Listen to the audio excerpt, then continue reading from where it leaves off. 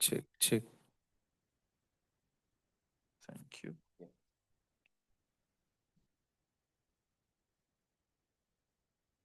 Somewhere here. Okay, where's my pointer?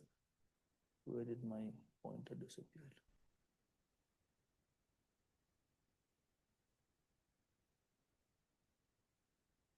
Check. Check. Should I say something? Am I audible? Of course, I'm inside the room. Of course, it's fine.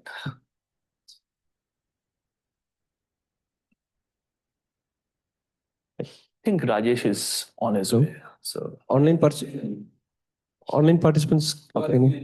okay. Can you hear me? Hello. Hello. Maybe just wait for it. Online participants, can you hear me? Hello. Okay, thank you.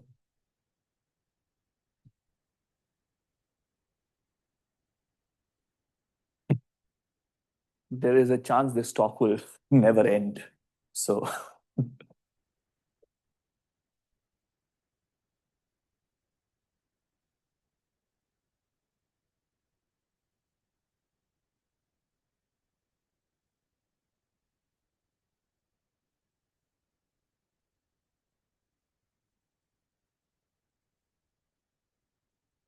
so how long do these talks usually run for? 3 hours for us. Usual. So it's all usual. Yeah. So by 5:30, I should have finished with my introduction, I think. No, I was giving the same thing at TIFR a few days back. So it sort of went on for 2 hours and a half, and then on to lunch, and then afterwards as well.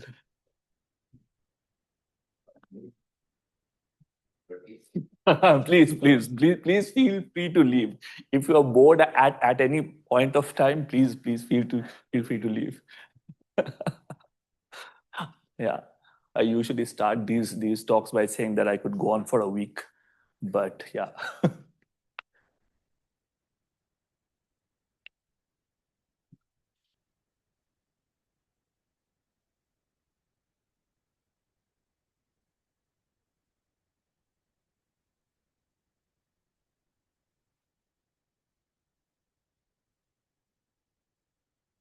Okay, so maybe we can get started. We're very happy to have Arjun Bagchi from IIT Kanpur to be giving today's ICTS string seminar. He'll be talking to us about holography for flat space, a Carrollian adventure. Please. Thanks. It's great to be back here. And, it's been a while, so I think I should make this a little more frequent so that I can get used to giving longer and longer talks.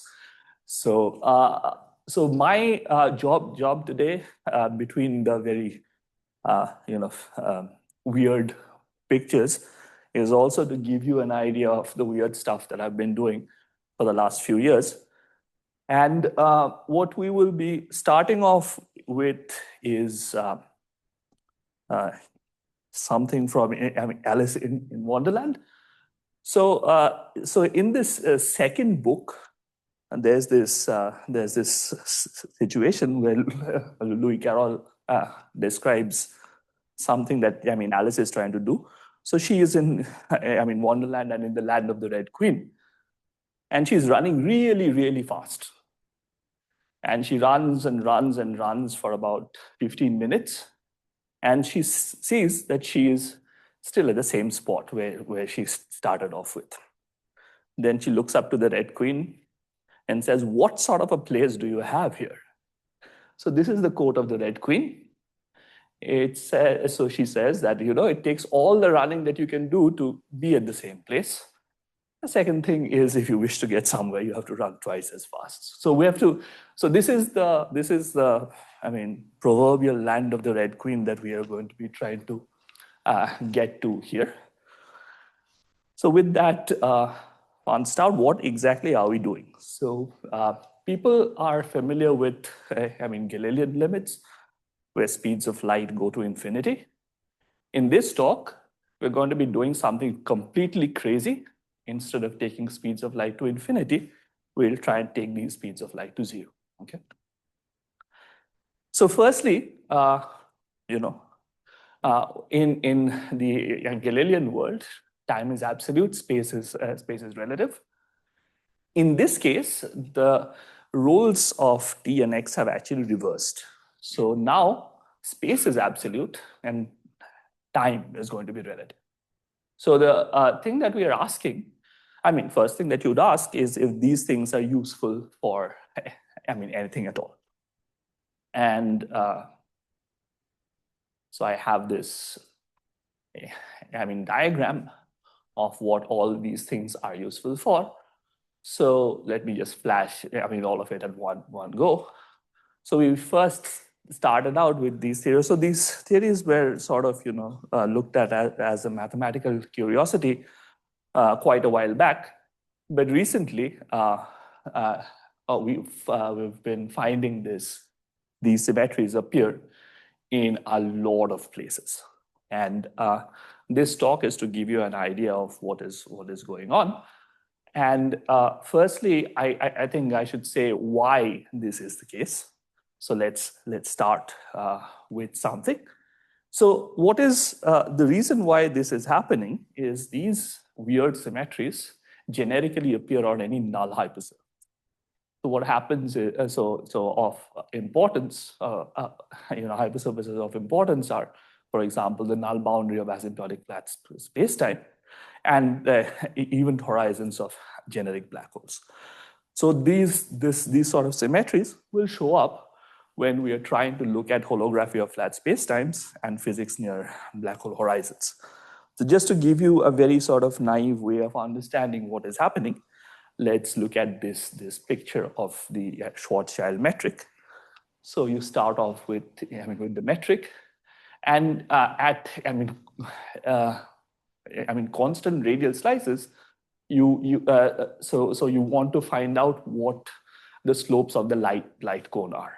So dRdt would be 1 minus twice m over r. And when r goes to infinity, of course, everything is fine. We are at 45 degrees. But as you go in, this angle starts to shrink. So of course, speed of light being equal to 1 or speed of light being equal to 0.5 or 0.3, everything is one and the same. But what is going to happen is when you dial this to r equal to 2m, the speed actually goes over to 0. So this is a very sort of coordinate-dependent way of seeing that when you hit the event horizon of a black hole, you are going to find these sort of structures. The light cones will close up. Of course, you could say that this is a coordinate artifact, and if you're doing, in following Engel-Finkelstein, things don't close up, but they sort of tilt over.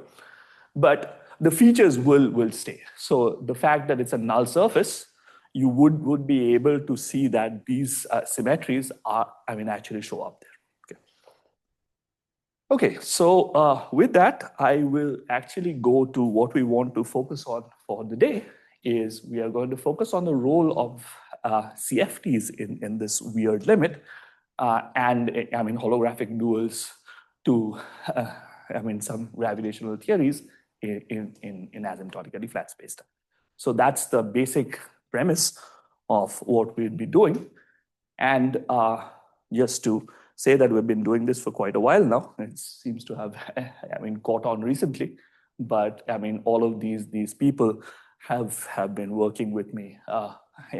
Daniel, Stefan, Joan, and Reza from the absolute start, and more recently, the rest of the people. Rudranel also for quite some time. Shomik and I wrote something in 2022, and Sudipto and Pratesh have been building stuff with me from then. So that's what we want to do. So that was a very rough introduction of what we wanted to do in the talk. Now, what we will do is we will first give you some algebraic preliminaries of what we have done. and what the structures are, the algebraic structures are behind all of this. We will then go back several years, back by, almost 12 years, 13 now. And we'll show some work that we did in the 3-dimensional flat space and 2-dimensional boundary theories. And then after that, we will focus on more recent things, which is from 2022 onwards, some of the things that we have been trying to build. So that's the idea. But before I move on to explicit algebras and bore you with all of that, if there are some initiating questions, I'm happy to try and address them. Well, if not, I plow on ahead. Yeah, we have enough material to keep you here for a long time, as I've been threatening to do. But let's start off with something very simple. Okay, so I think back in the day when I was doing my PhD, Rajesh taught me how to take limits. And I have been trying to take limits ever since. And when we did that, we did something perverse in the sense that we took the speed of light to infinity, where the speed of light was equal to 1. So what do I mean by that? Maybe I'll sort of say this on the board for those of you who are not familiar with this. So we wanted to try to take C going to infinity there, and what we ended up doing is by saying that this is sort of v going to, so v by c going to 0. So this is equivalently what you can do is you can take xi's to epsilon xi's and t to t. So if you do this is equivalent to doing this in sort of units where c is equal to 1. So now the game is, I don't want to do that, but I want to do c goes to 0. Okay? So instead of doing this, my equivalent thing is going to be xi is going to be xi, and t is going to be epsilon t. Okay? What does this do? I've not said anything here, but again, let's say I look at JAB or J, if you wish, 0i. So this is x0 del I plus xi del 0. So if you wanted to do, let's call this Galilean, and this call this Carrollian. So these are the two limits that I want to take. So let's look at boosts. Okay, if I just look at boosts, so let's look at the first one first. So this means J0i goes to something. So there's an epsilon here. So this guy is going to get an epsilon plus this guy is going to an epsilon. We don't want our generators to blow up. So what we do is we call something gi, which is limit of epsilon going to 0, epsilon into J0i. So that will pick this piece out for you. Okay. What is happening if you started off with J0i and J0j? This closest to Jij, right? In the Lorentzian theory, this closest to Jij, but I can be. No, I'm trying to do this one first. Yeah. That is why it is called a G.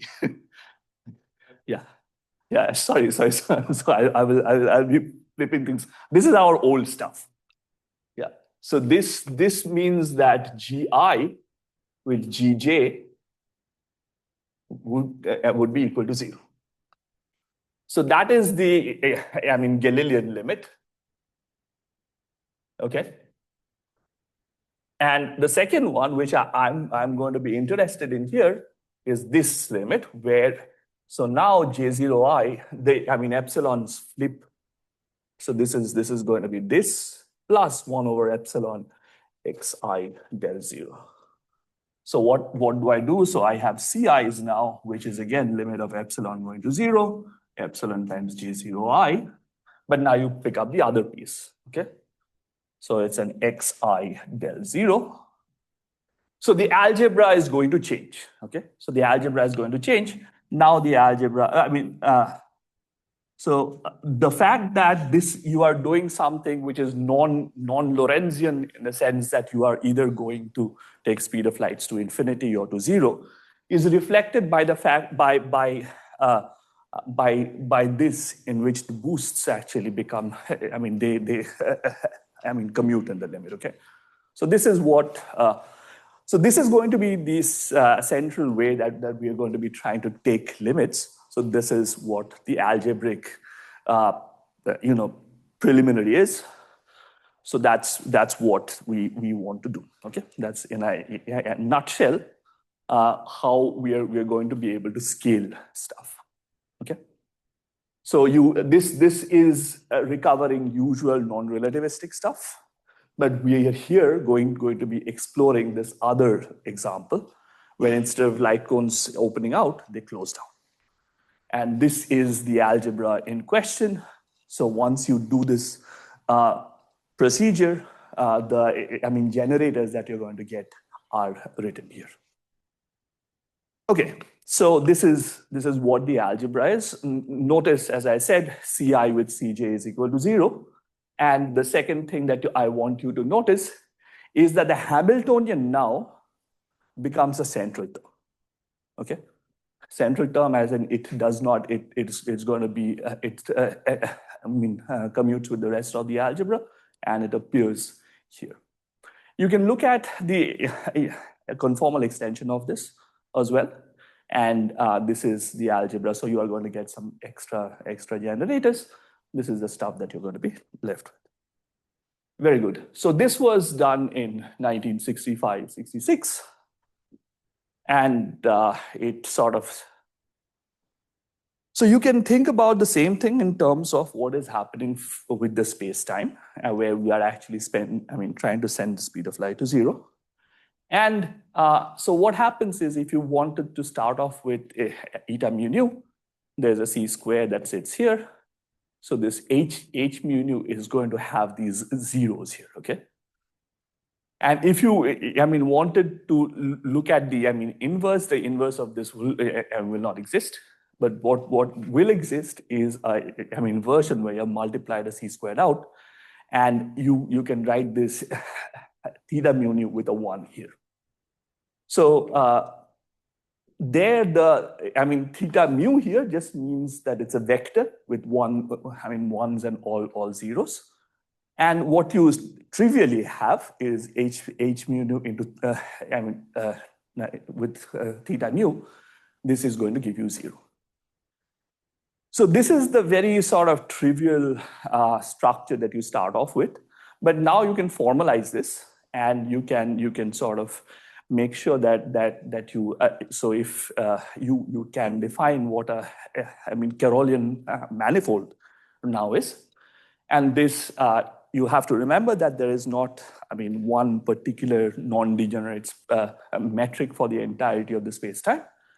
And now, so you'll have some H, which is, covariant symmetric positive tensor field, but it's going to have a rank t-1, and the signature is going to be like that. So, theta is going to be a non-vanishing vector field, which generates the kernel of H. And the last one is something that we'll not be very bothered about in this talk. But if you, so the first three define what is sometimes called weak structure, Carroll manifold. But you need to, you can define a stronger version of this by looking at, a particular, affine connection, which generates a parallel transport on both h mu nu and theta nu. So how does this link up to whatever we were saying earlier?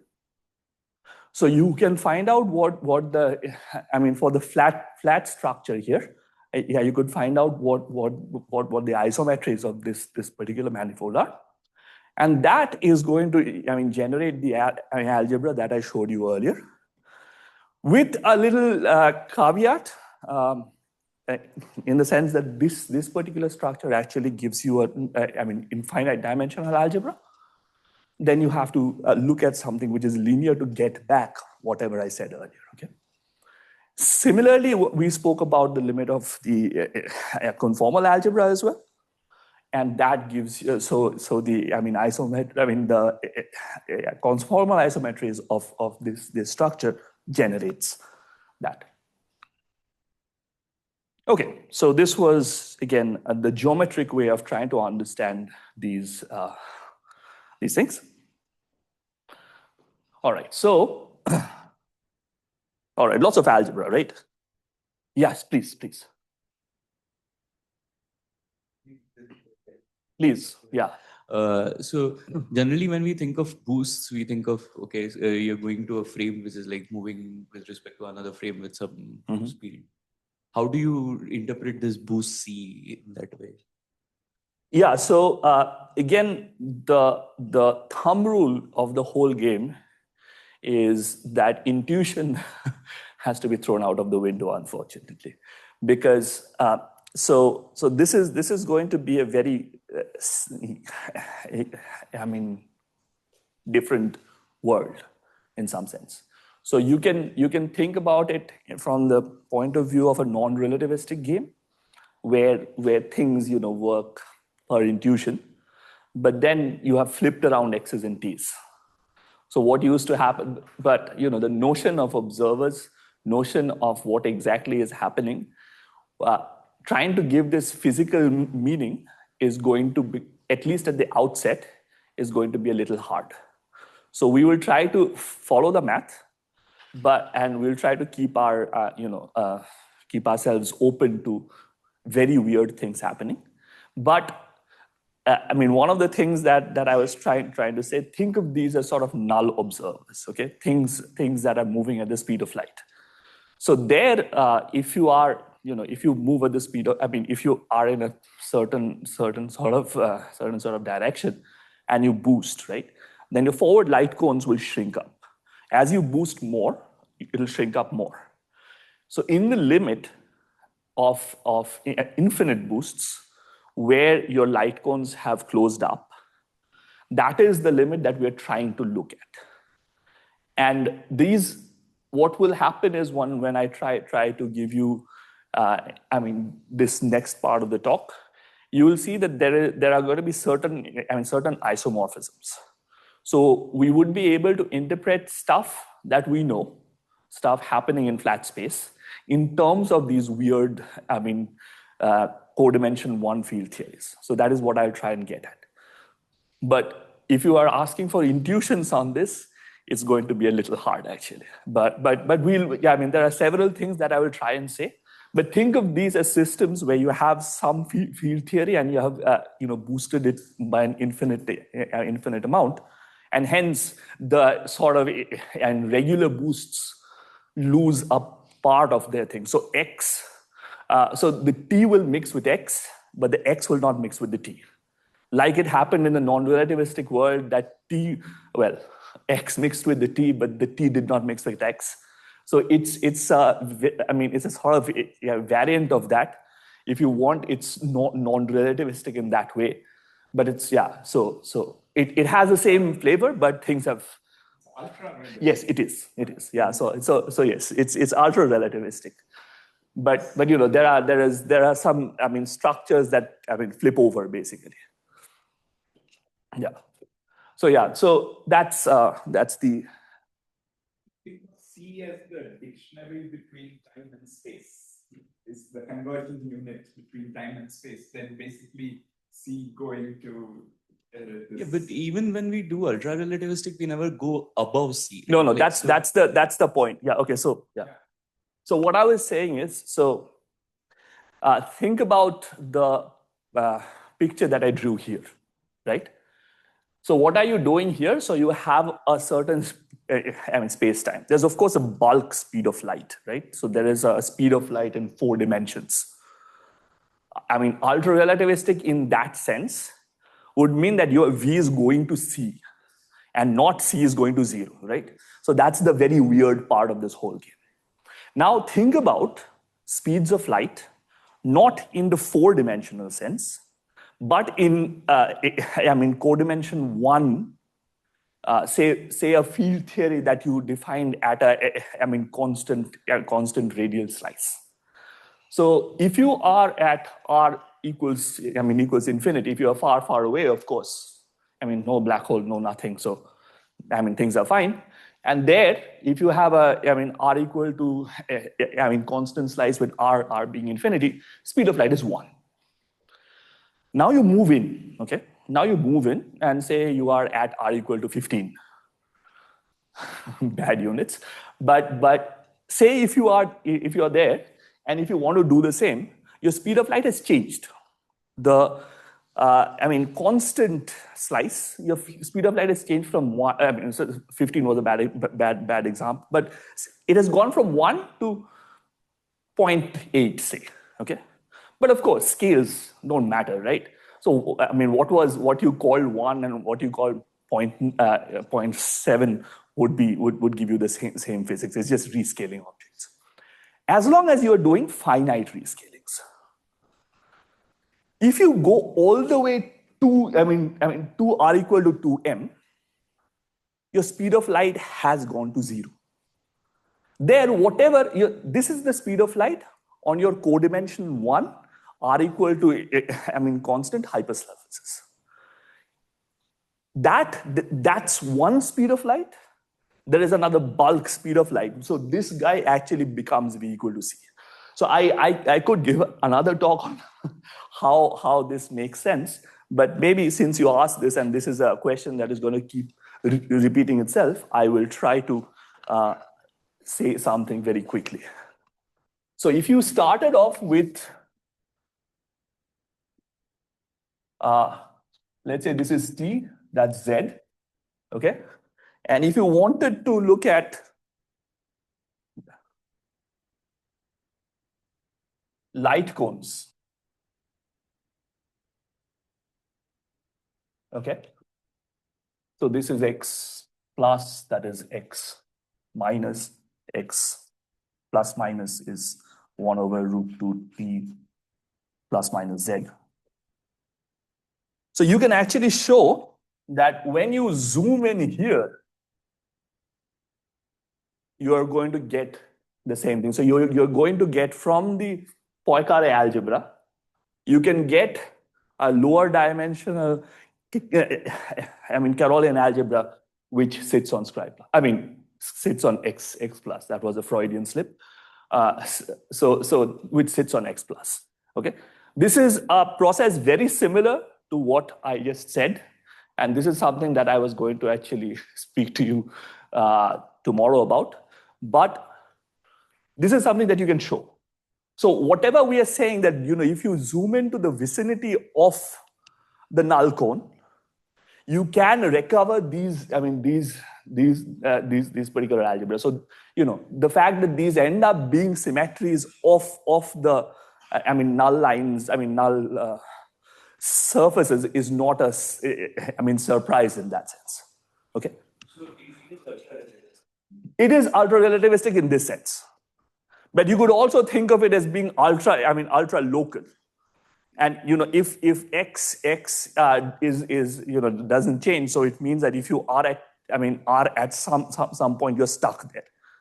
So depending on how you are going to apply this, your systems, so you'd be able to apply this to. So the reason I gave you such a sort of number of things that you can do boils down to the fact that you can apply this to various things. Okay. So for example, fractons. This is speed of light going to 0 from the asymptotic observer's point of view. Go in a space tape and shine light along the horizon. Mm-hmm. You'll see the sort of. Yes. No, but the space seems to be part of course speed of light. Yeah. You're falling to the horizon. I mean, you're not That's right. That's right. Yes. Yes. Yes.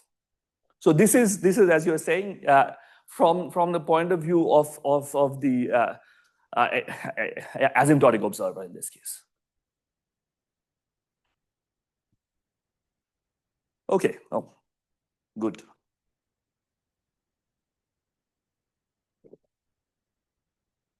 More questions before we get lost in a maze of algebras and stuff. Okay, so I gave you all of these algebras, some non-relativistic, some ultra-relativistic, some limits here and there. I'm supposed to be speaking about flat space. What is going on? So before I get to flat space, a few more algebras, okay? So we look at, flat space-times, and we look at Scri+, and you can find out what the asymptotic symmetries of flat space at null infinity are.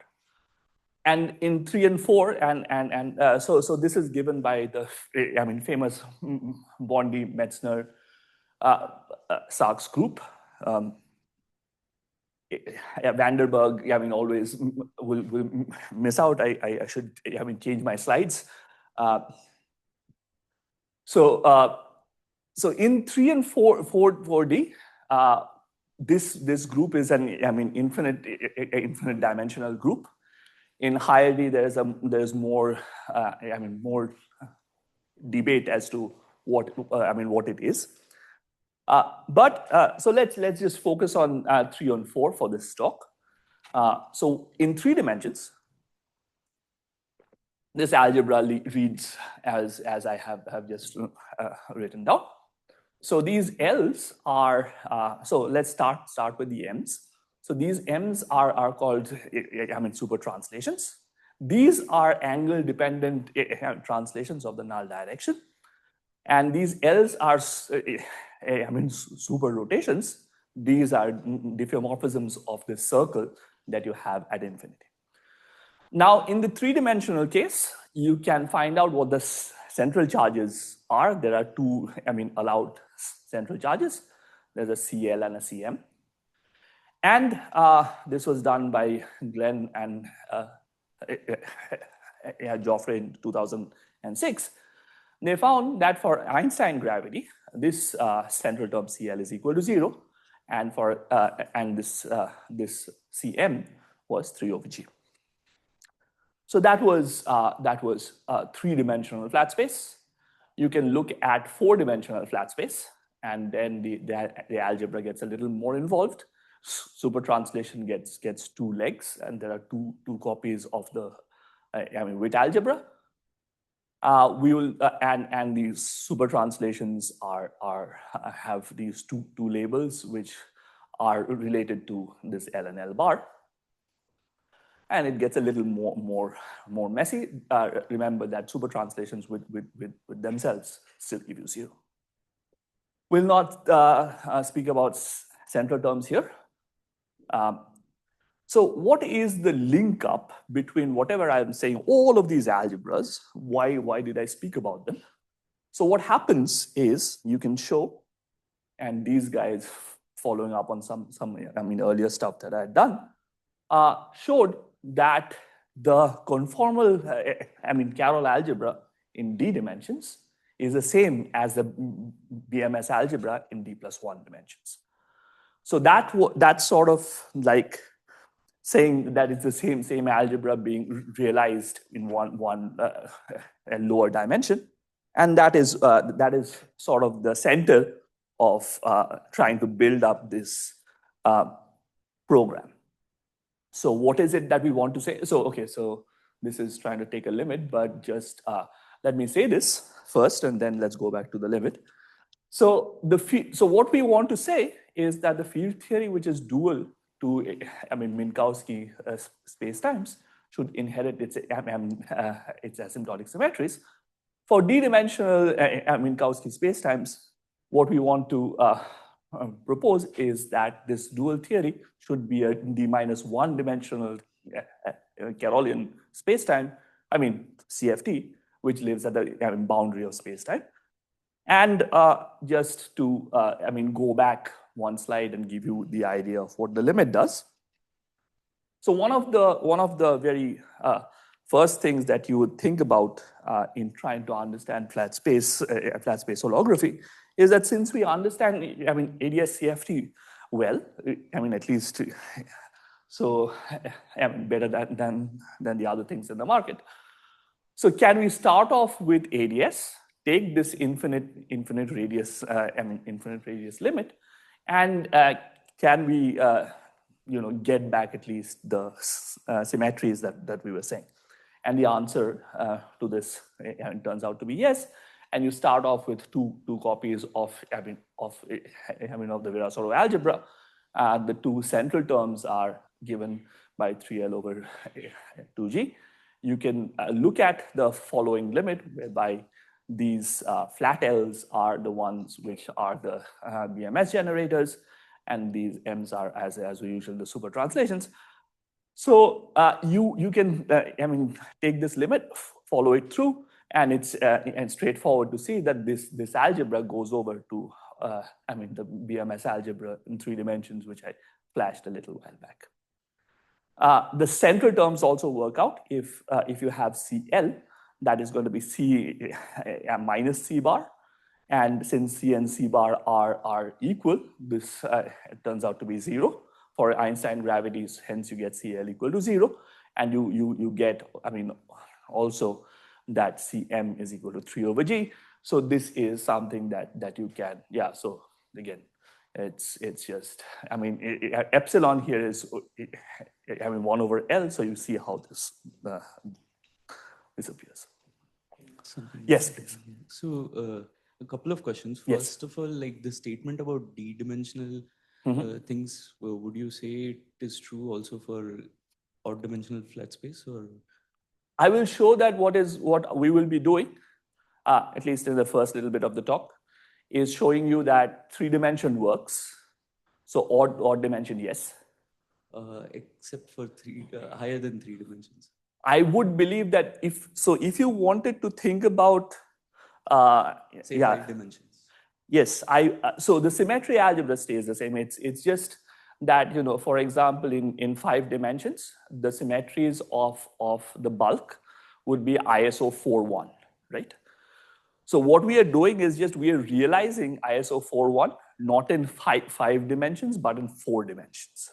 So this is a thing, at least from the point of view of if you're just doing something very naive, and you're saying that my first way of trying to look at any sort of holographic principle is that I realize the isometry of space-time as the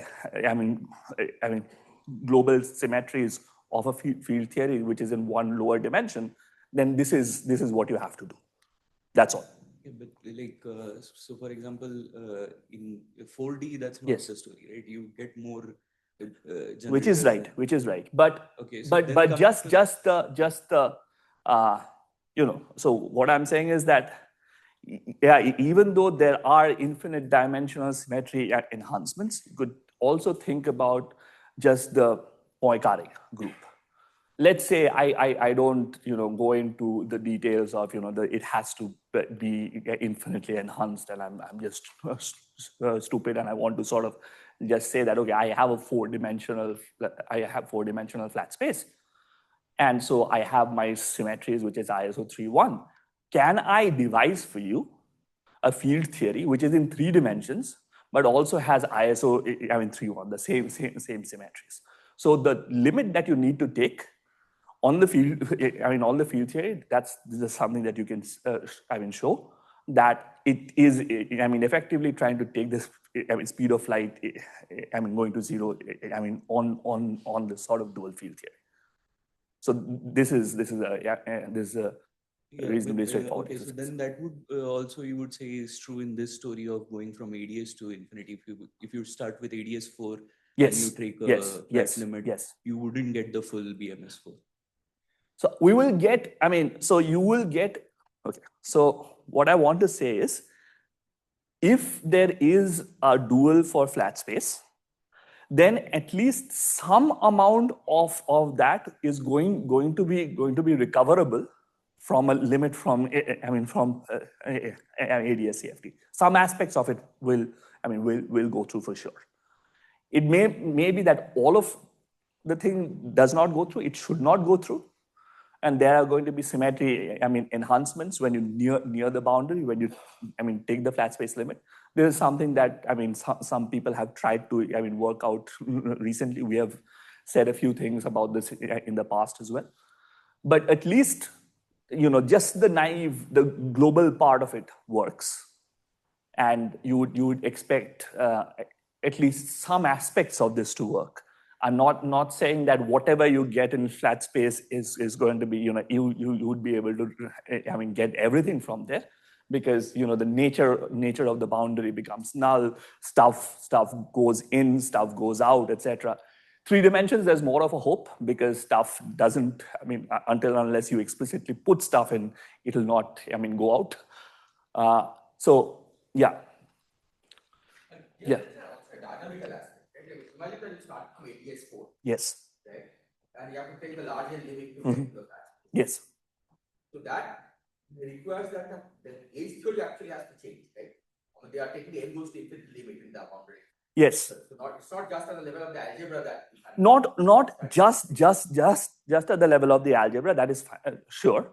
But I'm saying there are aspects of it that you would be able to get from the algebra. For example, yeah. So for CFTs, so we get only up to 3-point functions, right? So if we wanted to get more, we are going to require some extra data in the game as well. So that also needs to be, yeah. Yes. There should be very fine correlation between how you are taking the large limit and how you are contracting that. Yes. That feature is visible at this level, or it will not be visible. The fact that you have to adjust the end of the theory with the way you contract the algebra. Yeah, this is something that we have been actually trying to. Yeah, please. No, I just want to say it's not only n goes to infinity. You have to also take the coupling. Yes. Some correlated limit. Yes. Like Donis and others. Yes. So that correlated the limit you have to take. Yes. And at the same time, the way you contract the algebra should be correlated with that. Yes, that's right. That's right. Thinking of algebra, it is not visible at all. You have to do that thing to the theory itself, right? Because this looks like you can leave the theory unchanged and just contract the algebra, right? If you just do scaling of the generators. I mean, this is agnostic. I think this is agnostic. I mean, this is just about the isometries. Yeah. And then you want to realize this process in that this process of contraction is realized on this particular field theory. So when you take this limit. No. So that is this no. I mean, give you some global constraints like the 3-point for the 3-point function. Yeah. So the thing that I'm trying to say is that for a field theory, this is going to be the equivalent of global CFT-like structures basically. So instead of having a relativistic CFT-like structure, you'll have this. That is the thing that I'm trying to say. So that is going to constrain endpoint functions. But of course, depending on what the field theory is, you'll also have to do some extra things with it. But the zoo of things that can pop out of it that's the extra stuff. I'm just trying to give you an idea of what the at the moment global symmetries are. There will be more here in the four-dimensional case and in the 3D case, because the structures are also going to be infinite dimensional.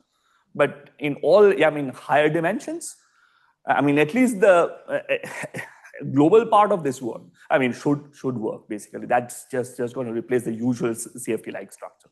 That's all I'm trying to say. Can I ask? Yeah, please. Is this dual theory supposed to also capture dynamics of massive particles in the lab? That's a good question for which I don't have a complete answer to, but my answer, it would be I mean, I would think that that is also going to be the case. There has been some work about figuring out what these sort of analogous structures are at I plus. So there also you are going to get some some structures which look like this, and there is Carroll's story there as well, but it's not nailed on yet. Okay, good.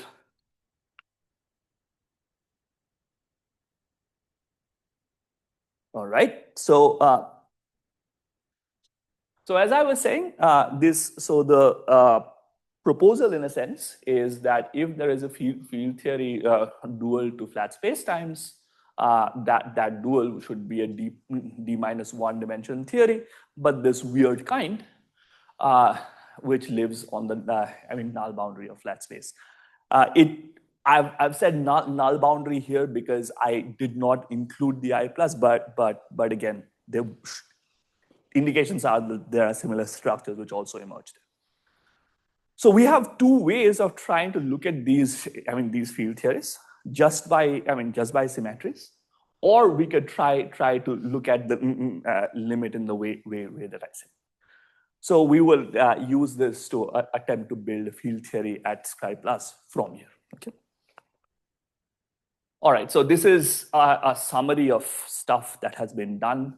I don't want to bore you with this, but in the last few years, several people have tried to do things in the three-dimensional case, and yeah. So that's a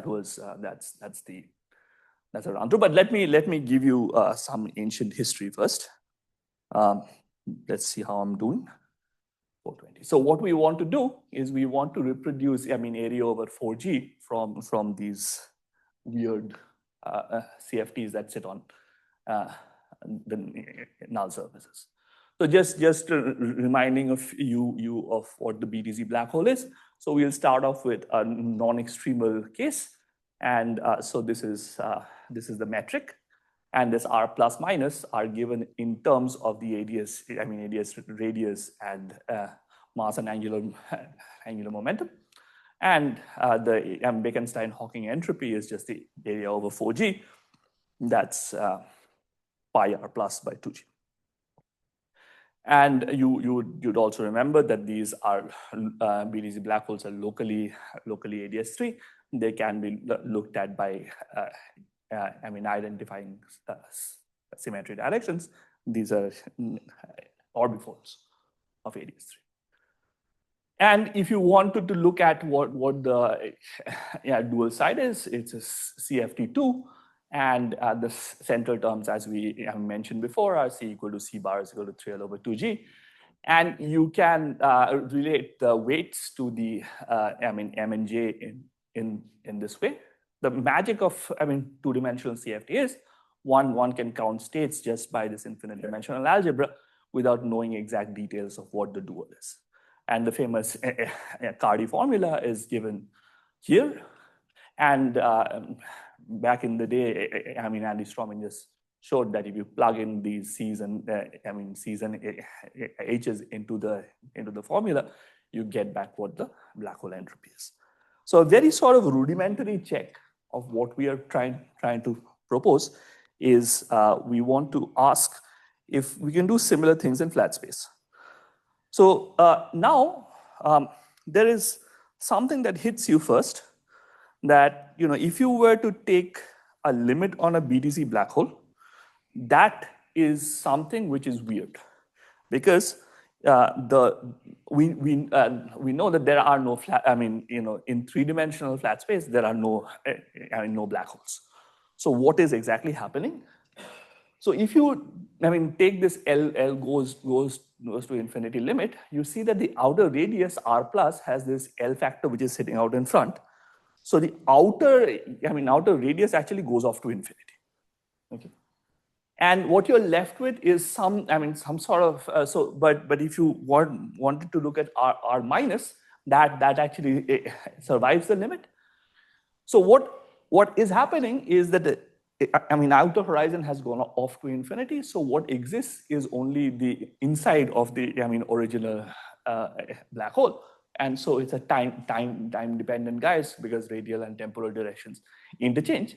We, I mean, call this the, I mean, flat space cosmologies.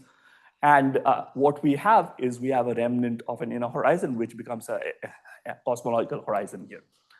And this is work by, I mean, Cornalva and Costa in 2002, where they actually noticed this. So, so these guys are in 3 dimensions what the, I mean, analogs of these BDZ black holes are. So if you wanted to look at what these, I mean, solution space of I mean, 3-dimensional ADS is, you'll find that there are black holes here, and this point is the, I mean, ADS3. The analogous thing in the flat space case are these, and I mean, these FSCs that I just showed you, and you'll see that this line actually, I mean, this cone sort of flattens out to become this line. So there are no closed time-like curves because now. No, there are. So this, I mean, this, I mean, beyond, I mean, R equal to R naught. So you'll have the same thing. Yes. So beyond below or less than below. Yes.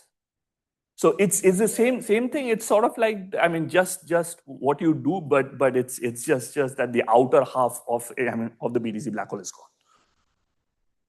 Okay, but you can think of these just from the point of view of flat space as well. Maybe I have it in the next slide or something. No. So this is shifted. So if you look at, I mean, 3-dimensional flat space, and I mean, you look at an orbifold where this orbifold is, you know, by a boost and a translation, then you're going to get these guys. So there is a, I mean, horizon. So we can, I mean, associate an entropy to this, and yeah, we can find out, you know, that this is going to have a form like this. Good. So the question is, can we get this from something? And maybe what I do is I just say that you know, you started off with this CF, I mean, this particular symmetry algebra, and then you can write down a partition function from here, and you can do something which is similar to what was done in the CFT case. What you need to keep in mind is that when you plug in, this should have been a script L and a script L bar. So okay, let me. Yeah, I'm a little worried that I've reached an hour and I've not reached anywhere. So maybe I will just go ahead and show you that there is, you know, there is an equivalent of a, I mean, Cardi formula here, depending on how you guys want to do this.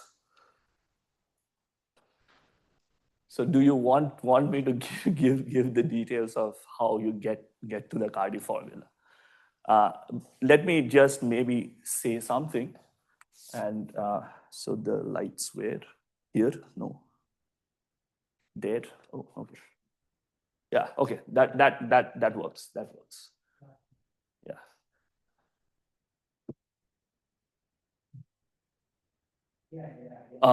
Okay.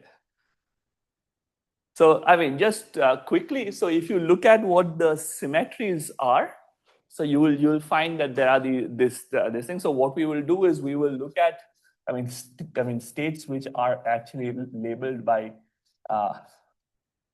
delta and psi.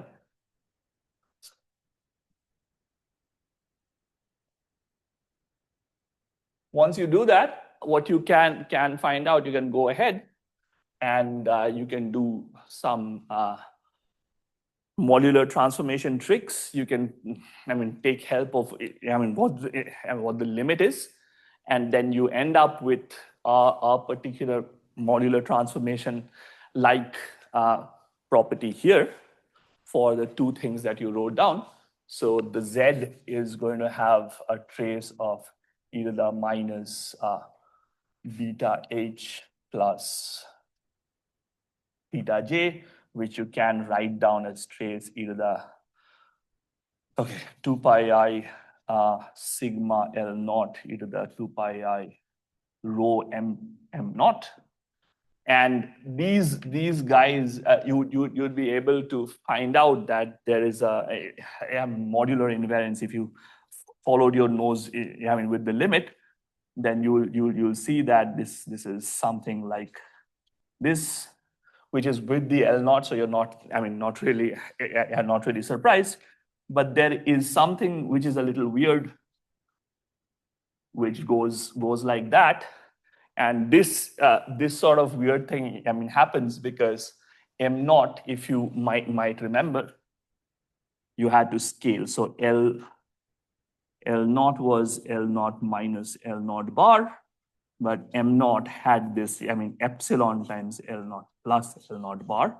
So the weird thing is, going to happen because you have this factor of epsilon here, and if you follow it through, this is a sort of modified, Carrollian modular transformation that you can write down. You can also do it in an intrinsic way. But if you then go on with the usual sort of, Cardi-like way of trying to do a saddle point approximation and an inverse Laplace transform, you end up with BMS Cardi formula. This is something that we wrote down back in the day. And again, to sort of, cut a long story short, if you plug in the values of xi and CL and CM, you get that it is going to match up with what the entropy of the flat space cosmology is. So that's sort of. Yeah. So you could do that. So this is sort of states. Yes. Like in terms of a black hole or in terms of horizon? It is the, if you just think of this in flat space, no limits, no nothing.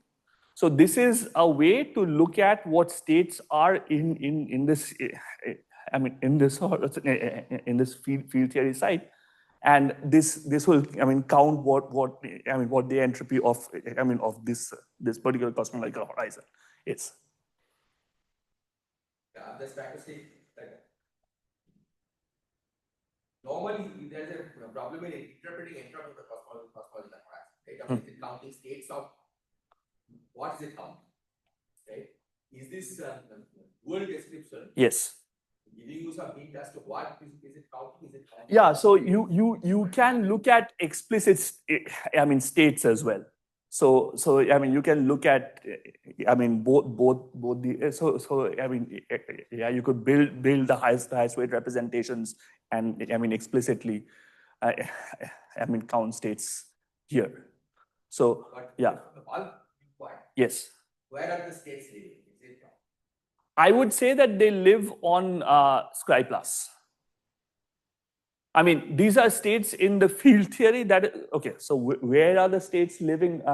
If it is a black hole entropy, yes. The states are living inside, right? Mm-hmm. Maybe in the horizon, maybe in the bulk, we don't know, but at least when you're counting black hole entropy, yes. you think of these are the system and the states are there. Yes. For cosmological horizon, it's a more complicated. It's not clear what the interpretation is, right? If you have a de-Sitter horizon, for example. Yeah. Right? Yes. It may count states, or maybe it's counting some entropy or some entanglement entropy with the outside.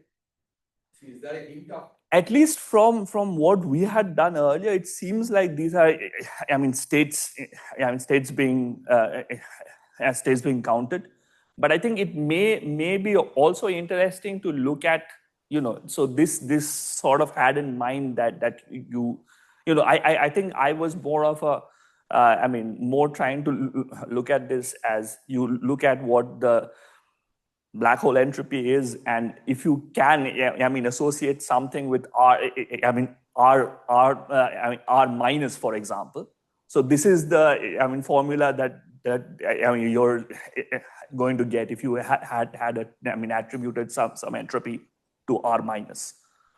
So it may be that one more way of trying to understand it is, if we started off with, say, de Sitter in three dimensions and try to get to flat space from there, it might give us some more hints at what is happening. But at least from what we had done, it looks like it's state counting. At least from the field theory side, it is trying to count states.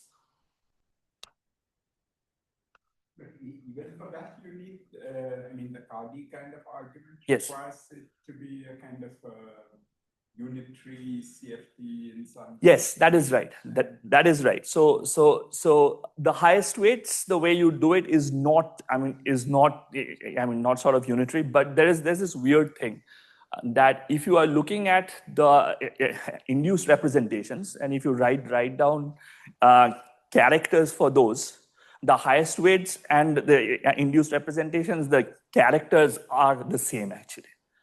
So even though these look to be extremely separated in some way, two representations are not equivalent at all. The characters seem to be the same. I don't know what that means. So in a sense, this particular what I've done here is agnostic to what the state counting in some sense is. So it can be done in the highest weight way, which is more explicit, and you can see what the states are. But unitarity there is an issue, as you know very well. But in the other case, it's not as clear. But if you do the characters and you find out the equivalent thing, these two just match up. So again, it's probably to do with the accident that at d equal to 2, both these limits give you the same thing. But yeah, there's some things which are not clear here. All right, so this was ancient history, but depending on how long I have, I will now. Can I ask one question? Yes, please. Maybe another elementary question. But yes. This whole computation, you're going from some black hole in ADS to this cosmology. That's one way of trying to interpret it. Yes. I can see how this you need to take the LADS to infinity. Yeah. In this. But what does that have to do with C going to 0 this side? Yeah, so this is something that you can, again, I have to figure out a way to switch this on. Here, maybe? This? No? I hate to be doing this to you. So what happens is, if you, for example, just try to find out what the killing vectors of three-dimensional ADS are, just look at the global parts of it. Then what you will find is that when you look at L goes, the T that you're going to get. So if you are looking at, whatever ds squared equal to 1 plus r squared over L squared dt squared plus inverse dr squared plus r squared d phi squared, right? And you just write down what the killing vectors of this guy are. You'll always find that the T always comes with a factor of L, okay? So sending L out to infinity is, sending L out to infinity is equivalent to sending, you're going to epsilon T, okay? This is what is happening. So that's from this point of view. Yes. So, of course, here, right? Yeah, so as I was saying, the C goes to 0 is this object, right? So what you can see in a very naive way is L goes to infinity would mean this. So from the if you started off with flat space, if you started off with three-dimensional ADS, and you wanted to take a flat limit, of course, that is something that you can do here, right? You can also write down the the expression for the what the isometry algebra of these guys. And if I wanted to see from the isometry algebra what this L goes to infinity limit does, it should end up in flat space. It does. And all that is happening on the dual field theory side, you sort of absorb this L, right? But this is a singular thing. L goes to infinity is a singular thing. So what is happening is, this is equivalent to a t goes to epsilon t here. The other thing that I can say is maybe here is that one way of trying to understand this is that you were here, right? This was ADS. You want to go here. So you want something which was, so you want this particular boundary to go into something which is a null boundary. I've shown you one of the ways this is done is, the way that it is done is if you do this light cones just close up. So you're trying to boost this. So you have something, so you're trying to boost this. So if you have a CFT here, you'll try and boost this up basically. Okay, so that's another way of trying to understand it. So you have to give it an infinite boost, and if you give it an infinite boost, C in that sense it goes to 0. Okay, so it's an effective way of trying to understand things. Okay, all right. So on to more recent things. I have about half an hour. Yeah, you just let me know when I have to stop, because as you see, I'm sort of, warming up. So yeah. So okay. So what is happening? Oh, I'm muted. Did I get muted? Unmuted? Okay. Something happened. But okay, so of late there has been, of late means in the last 10 years or so, there's been an avalanche of activities about IR, the IR triangle, and there's this triangle which links up asymptotic symmetries to soft theorems and memory effects. Again, just to remind you, in D equal to 4, we are speaking about this BMS 4 algebra now. It has, these sort of two legs of the super translation. There are two Virasoros. This is the Barnish Trosa extension, and there are, other sort of, important extensions, but we will sort of focus on this one. So yeah. So now, so so this was, sorry. These different extensions are related by, determine what boundary conditions. Yes. So it's a, the Barnish Prosa is a little more restrictive, I guess, because otherwise, Alok's one I think is, the whole of the diff, S2. So this one is just CFT-like, extensions, which I'll try.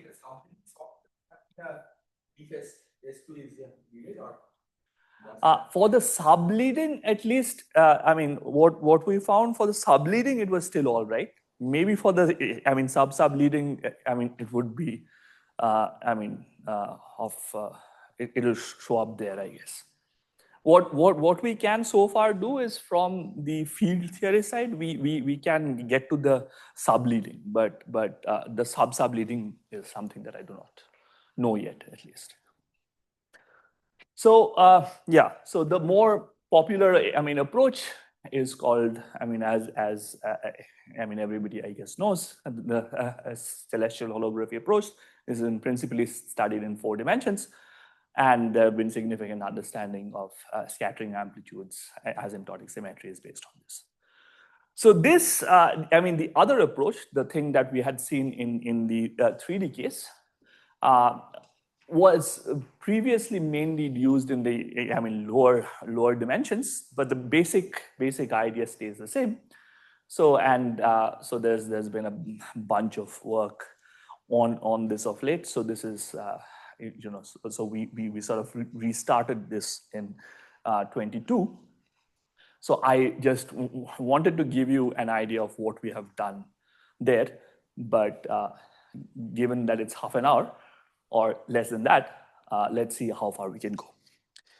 So one of the main observations leading to this celestial holography program is the fact that the 4D Lorentz group acts as 2D global conformal transformations on the boundary.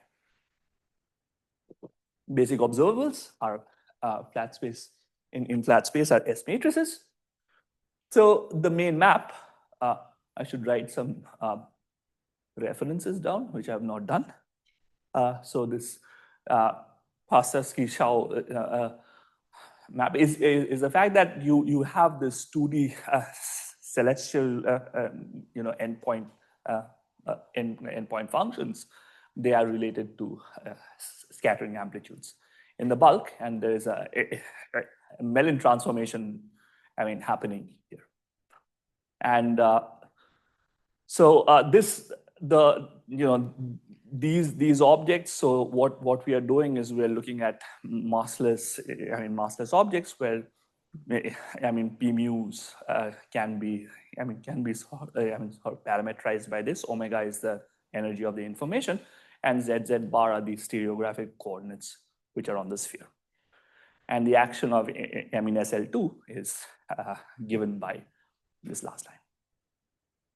Okay, great. So delta i's are not so these would be so let me just try to get to this slide and show you what. Yes. But for arbitrary delta or? Yeah, for this case it'll lie on the so here you will not fix them basically. Here you will not fix. Yes, and by tuning things, you'd be able to get the poles, etc. out of this. Maybe let me try and just Instead of particles. Yes. You have this data. Yeah. So let me just say this. Maybe I have something here. So here, do I have something? Yeah. So that's the thing that I said with the ends. So this is the z bar.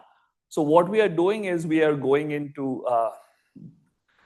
So these would be the transformations, and these are not. So these are just fixed. Fixed to lie. To be in C, and then we will find that this we'll find that this lies on the principal representation basically, and so that's not fixed in this case. Okay. So just to get back to whatever I was trying to say. Okay. As you see, I am never going to be able to finish what I am trying to say here, but yeah.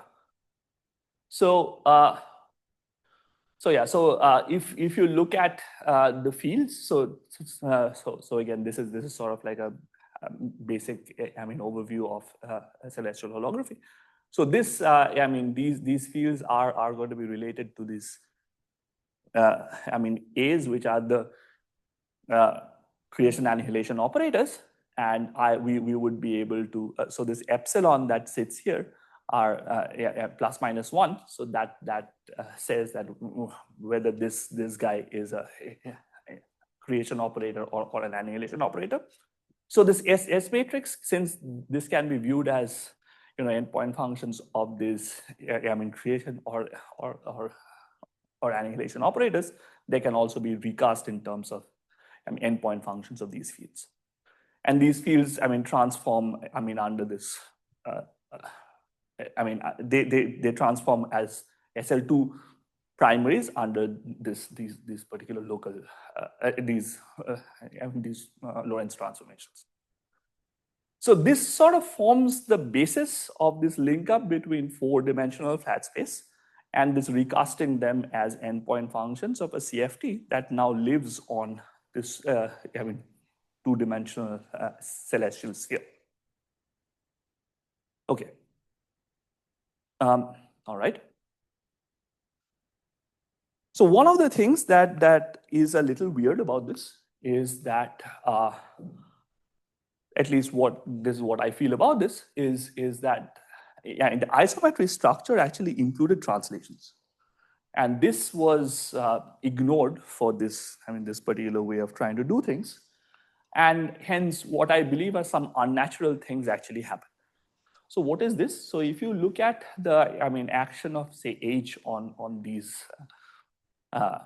primaries, then just by looking at this, what you would be able to see is that if you started off, this particular object had a weight H and H bar. But if you translate this becomes an O which has a weight H plus half and H bar plus half. Okay. So this is just the time translation operator. Similar things happen for if you do space translations as well. So if you look at these particular operators, these weights of these operators change under translations in the bulk. So and also we also find that so there's also something that is there is that if you do this particular Bellin transformation that is singular, and this yields, say, for example, divergent results for the 4-point graviton amplitude in the bulk. So this needs to be regular. So we find the fact that the weight will change under a translation somewhat weird, and we will try to fix this. So it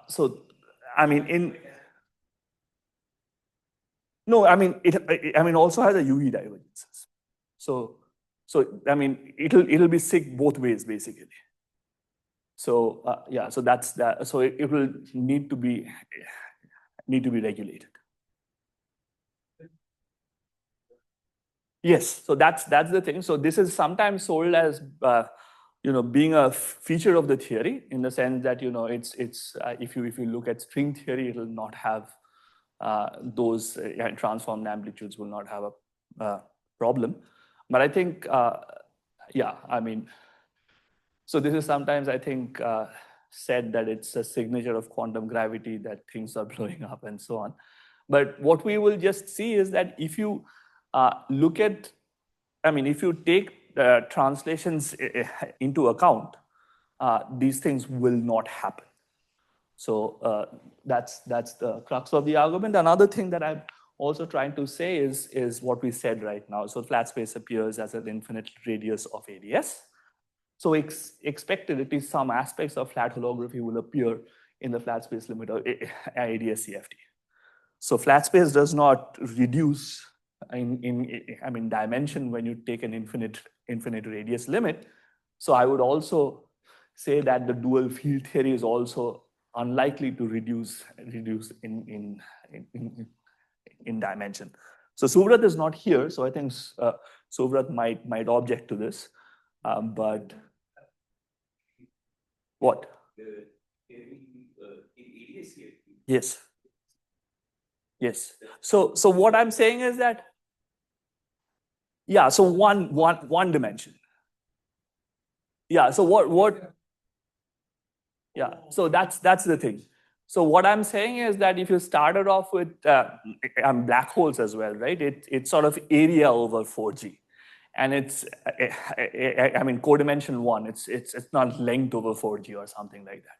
So that's, I would like to think that the flat space, I mean, if a dual does exist, it's more likely to be codimension 1. Maybe there is very interesting information which lives on codimension 2 slice. But if you want to have, this is, yeah, I'm being recorded, but but I think it's sort of, you know, I would think that at least if we included the translations, if we wanted to start, I mean, yeah, so there is a way to do it in codimension 1 way, which seems to solve a lot of the issues. So that's a more not non-controversial way of trying to put it, I guess. So, okay. So, okay, this is a bold slide, but you can keep track of you on Scry. And then, wow, this in a dark room looks very, very daunting, actually. But okay, so depending on, yeah, I don't have long, but let me just give you what Shomek did in 2018. So he looked at the time evolution of these particular celestial operators that I introduced earlier. So he just translated them in U. And he saw that you know, this translated into there was an exponential IU piece which appeared here. So the new field, this new field now is dependent on not only ZZ bar, but there is a U as well. So at U equal to 0, this is the old one, but he just translated these fields. Now, you can actually look at this and look at what the transformations are. And the nice thing is that it has nice properties under under the Lorentz transformation as usual. But also under translations, what happens is that if you have these weights H and H bar, under translations, these weights don't shift. So this was something that we were out to gain. So this, just by looking at something which is translated on Scry, you would be able to get that the translation operators act in the nice way. So this is something which Shobik called the modified version of this Mellon transformation. But before we get there, let's just. Is the super translation? This one, yes. So I've just said translation here, but it's also going to be true. True for the super translations, which I'm just going to show you. Yeah, so this is the sort of. Let me just try and show you what what this means. So if you started out with the algebra now, and you looked at what the vector field representation of this algebra is, so you would be able to just we are labeling operators with L and L naught, and we are going to be looking at highest weights. Okay, so there's L bar, but not only does it go to 0 for L and L bar, but also goes to 0 for MRS. This is the extra information. Okay, so once you require this, then just by the rules of the transformations, you would be able to get what the infinitesimal shifts are basically. And this one is the, infinitesimal, version of what we wrote down out here, basically. That's all. So so these two things are one and the same. And so instead of, so what we have done is, instead of looking at just the Z's and the Z bars, we have included the U's in the game. And we have now the highest weights under the 3D case, which means that you have to also include this. And hence they transform in the way that I'm trying to point out here.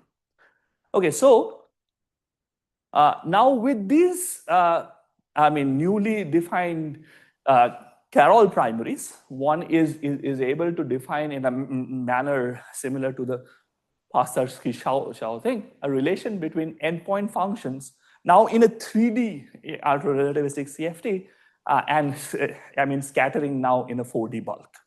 Okay, and Shomik and all showed that if you do this, in the bulk, these amplitudes also are finite from the point of view of the bulk. And now we have a proposal for a codimension 1 dual. Okay, so all we have done is sort of just made sure that we include translations in the game. That's all we have done. So basic premise of this is, what we want to re-emphasize is that we have to look at the whole of the Poincare group, and not just its not discard the translation generators. In that case, this is going to act as a three-dimensional ultra-relativistic version of version of the conformal group, but the 3D case. And so we make use of this whole structure. The translations now act naturally, as do the as do the Lorentz transformations, and we can also go into the infinite dimensional aspects of it. And so now what is happening is that you can get the 3D things to be related to the 4D bulk amplitudes, and you would be so this is the thing that I was also saying. This particular modified Mellin transformation now yields finite 4D bulk amplitudes in the bulk. Bulk amplitudes in the bulk. I should go back to my slides and change this slide.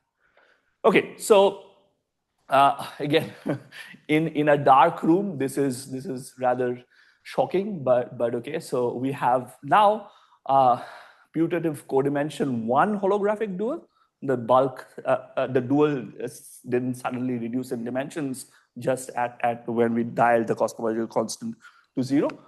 The null direction plays a crucial role. And now we have fields that transform nicely with respect to the whole group and not just a subgroup of the isometries. And very crucially, the translations do not change the weight of the operators. And I've also said that these modified Mellin transformations give finite bulk amplitudes. Okay, I know this is a lot to do in one talk. So, but yeah, yes.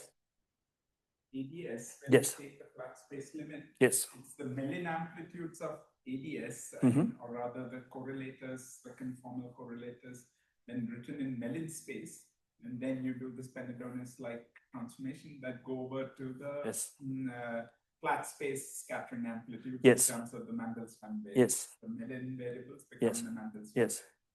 So is that something you can see through this process? Because you have, when you wrote that, it's still in terms of the Z variables, not quite in terms of some, right?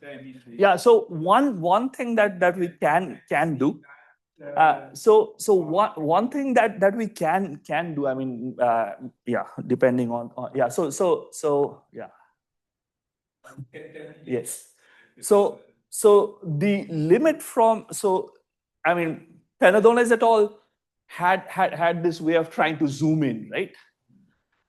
Zoom into the center, and we can show that these sort of, I mean, amplitudes that we wrote down. So there is a very clear hint that this will be Carrollian endpoint amplitudes, which are going to sort of, I mean, appear from there basically. So I mean, I can say this to you. Yeah. So let me just quickly just say this and maybe wrap up there. I have 10 minutes. You are making me more ambitious. But let's see. Let's just look at one clear example, and then I can give you an idea of what goes on. So let's look at let's look at 2-point amplitudes. So what we will do is we are looking at vacuum correlation functions of primary fields in the way that I just defined. And as in CFTs, what you can do is you can fix 2 and 3-point functions just by global or the Poincare subalgebra of this BMS3. So let's just do this. So we will have something which is the time translations. This is going to give us something. So this G is the 2-point function. You see that it's dependent on all three, U, Z, and Z bar. So there will be something which gives us, time translations. There will be something which gives us boosts. And so what you will see is that if you recombine, you would be able to write down this equation. And from this equation, one of the obvious things to do is to put, the U dependence of G, G to be equal to, that will just go away, and you'll just get a form which is reminiscent of a 2-dimensional CFT. That's fine. But what you can also do, this is something that we noticed in the 22 paper, is that you can have a second class of solutions to this, which have a delta functions. And then you would be able to solve these equations that you get, and you would be able to find that the G is of a form like this. So it is, ultra local. So this del 2 means that there is something which is Z minus Z prime and Z bar minus Z bar prime.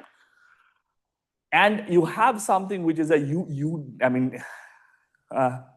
dependent piece out here. So this, so this is also a little strange because if you try to, take the limit from a CFT, it seems that there is no, delta. So there is no sort of, constraint on these weights being equal. That's a little strange, but what you can do now is do a trivial thing. You can start off with, in flat space, and you can, of course, if you're just looking at 2-point amplitude in flat space, that's, trivial. Things just go through.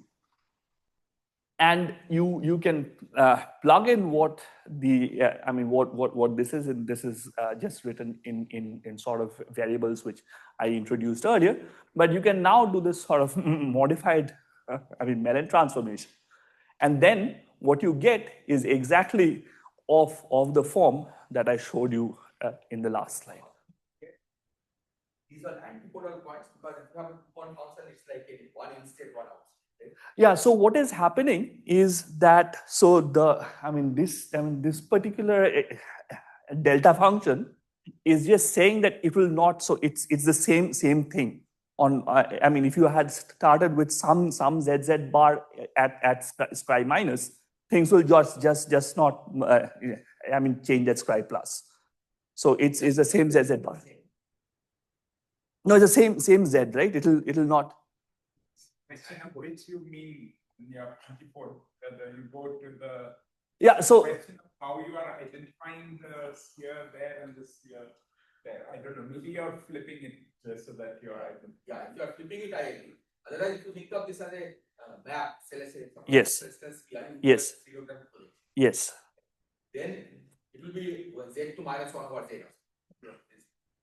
Because the antipodal points. Here, what I mean, so for the so we are actually going to get sort of celestial. So there's an antipodal mapping happening for every U in some sense here. All the outstates have to map back in states or vice versa.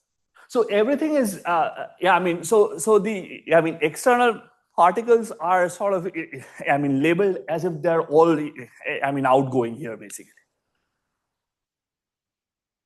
Yeah, but if you label it that way. Yes. Maybe the point is that you're writing delta P1 minus P2. Yeah, so it's it's flipped around in that way. So I mean, as I'm saying that the external particle, everything is on scribe plus in some sense. But it shouldn't be, no? I mean, for two-point function, it should come from scribe minus and no, that is right, but it's just that it's a map in some sense that the scribe minus has been mapped to scribe plus. Everything it's so this epsilon plus minus. Yeah. Now you have to do the reversal. Where S matrix has both in-state and out-state.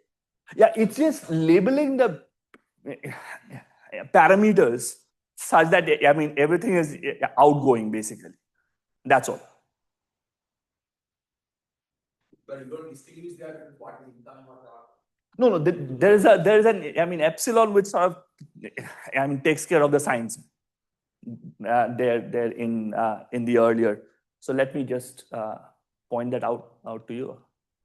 Yeah, so there are these epsilons which say if it would be ingoing or outgoing.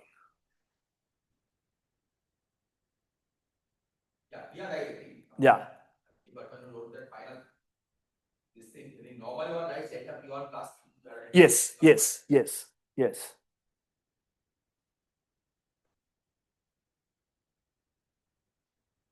Right. So okay. So that was the 2-point function. So one thing that you can do is you can look at the 3-point function and you can show that if you have just arbitrary things both in the field theory, and this would be equal to 0 in flat space. Of course, it is equal to 0, but you can also do more interesting things with these 3-point functions, like going into you can go into the 2 signatures, and then you'll have non-zero answers, which you can also map out. But what I wanted to stress is that this peculiarities of this particular delta function branch are exactly what is required to link up to these scattering amplitudes in the bulk. Okay, so yeah, so you can do explicit examples of for example what a massless scalar would be, and you would be able to get similar things out explicitly. So this is an example of a Carroll CFT, just a massless scalar, and so this is just a phi dot squared term. So what happens is if you just go go to Fourier space, it's just that the ki's have dropped out, and hence this leads to this particular delta function which is appearing here. Okay, so this is.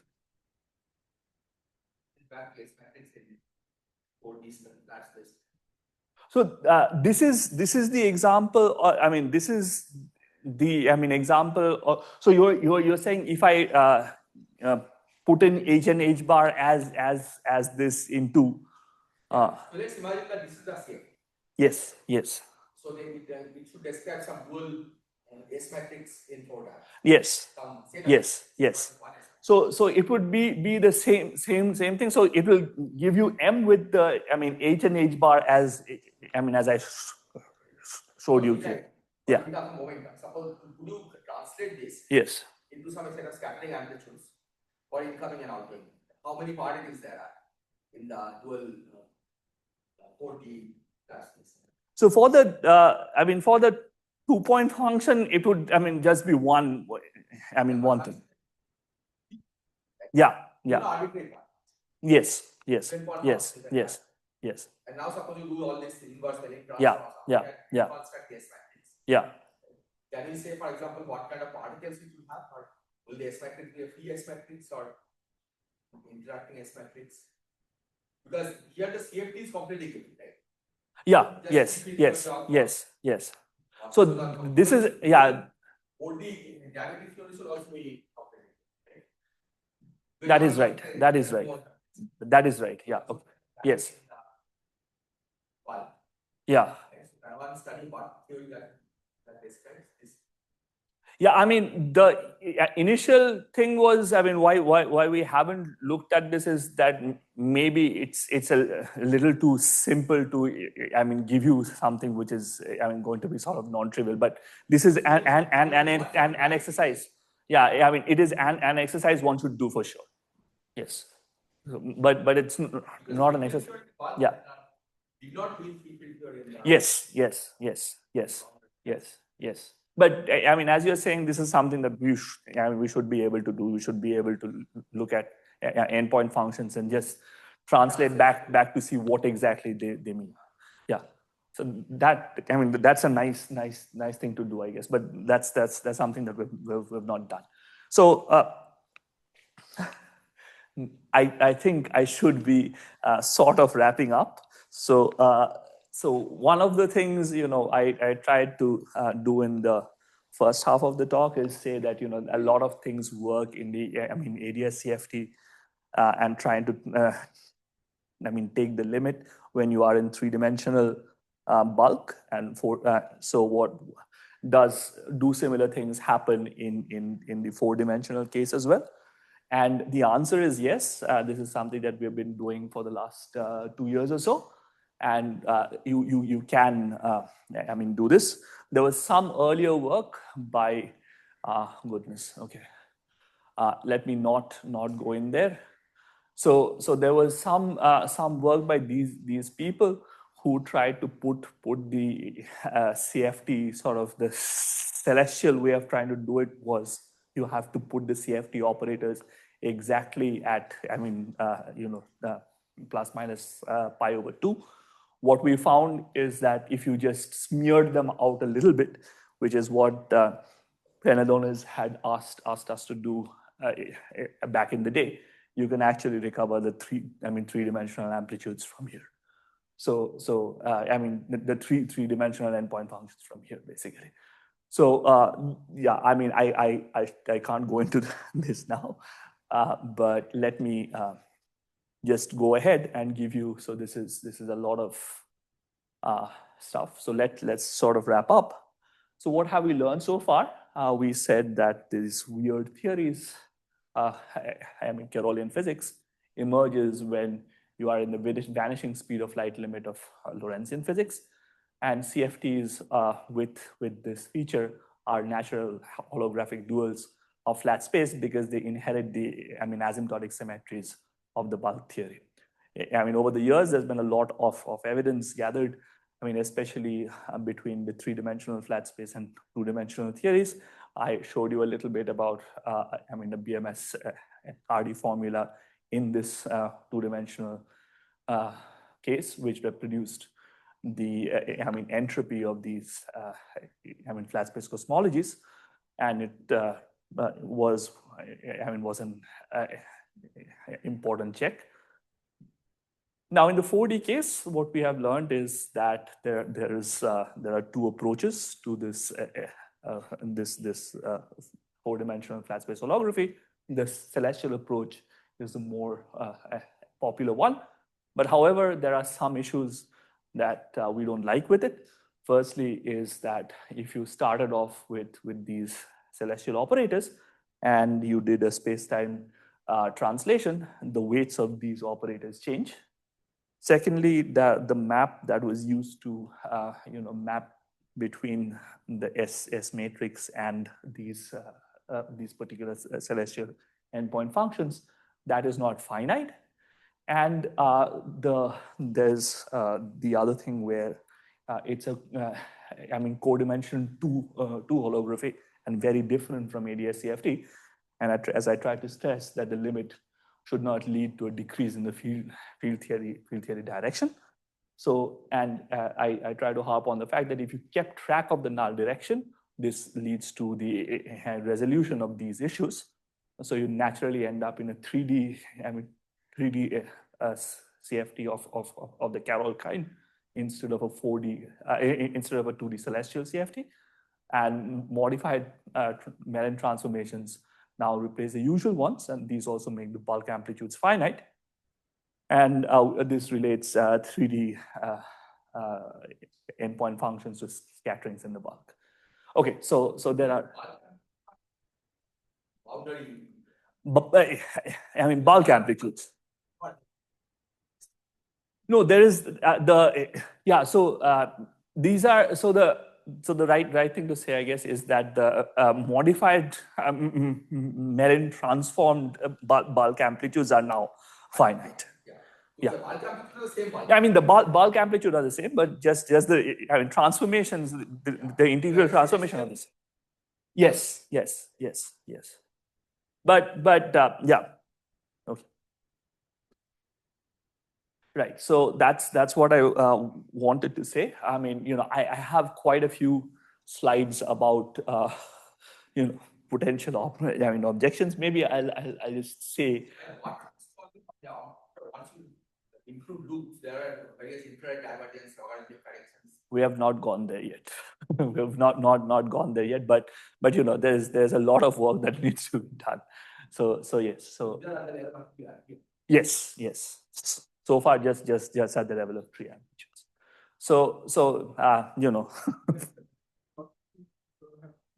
I think they've just started to scratch the surface of the 3 amplitudes. Yeah, I mean, a lot of things, I mean, so there are a lot of problems arising everywhere. So, I mean, I'm just saying that, there are a few problems that, what I feel are problems that sort of go away if you look at a 3-dimensional way of trying to understand things. I mean, so one objection may be that all of this is trivial, it's just kinematics, etc. But one way to say that is that we said that there are these two sort of separate ways that you can solve the word identities, and so not all CFTs of I mean Carroll CFTs will have the first kind. There are also other theories which don't have delta function correlations, and it sort of picks out something called electric branch. We don't know yet why this branch is there, but okay, let me not even go in here. Let me okay. Okay, let's sort of close by saying that there one needs to look at many things. There are sort of some different approaches as well, which one needs to link up to. We have to figure out what is happening in understanding what the flat limit from the S matrix is. There's a lot of literature out there. We want to link to this in a more close way, and we want to look at massive particles. And looking further ahead, could we understand black holes? And could we get some concrete duality pair? This last one actually has had some recent progress, but let me not even get there. But let me sort of come to the end of a very long talk by saying, thank you for listening. And yeah, I'll leave you with this slide and a quote of the Mad Hatter and Alice. So yeah, thank you so much. Thank you for surviving so long for the talk.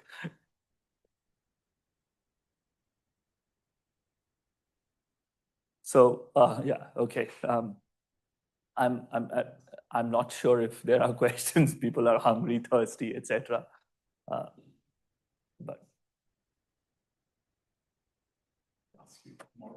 Yeah, sure, absolutely. Yeah, part two of the talk too. So I think people have survived a long time. I think we should let them go. Let them go. But if there are questions, I'm happy to try and answer them as well. If I'm also around tomorrow, if somebody wants to drop by and ask something, it's a lot of work being squeezed into an hour and a half. So of course, I've not been able to do justice to that. But yeah, if there's things that you want to ask, the audience, I guess, has left, right? Yeah, sure. So I don't think there are any questions from the audience. So.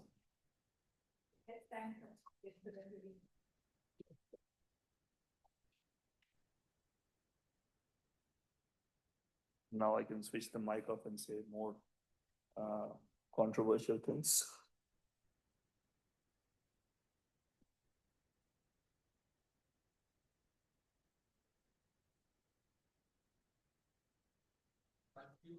Yes. So when is good? You have some. Yeah. So I have to meet them. Now the point is, when do you talk? What? The point is, I have to go to the bank. I'm hoping that the bank will take 5 minutes. So by 12, I will be back. If I'm here by 12, I'll call you. So then,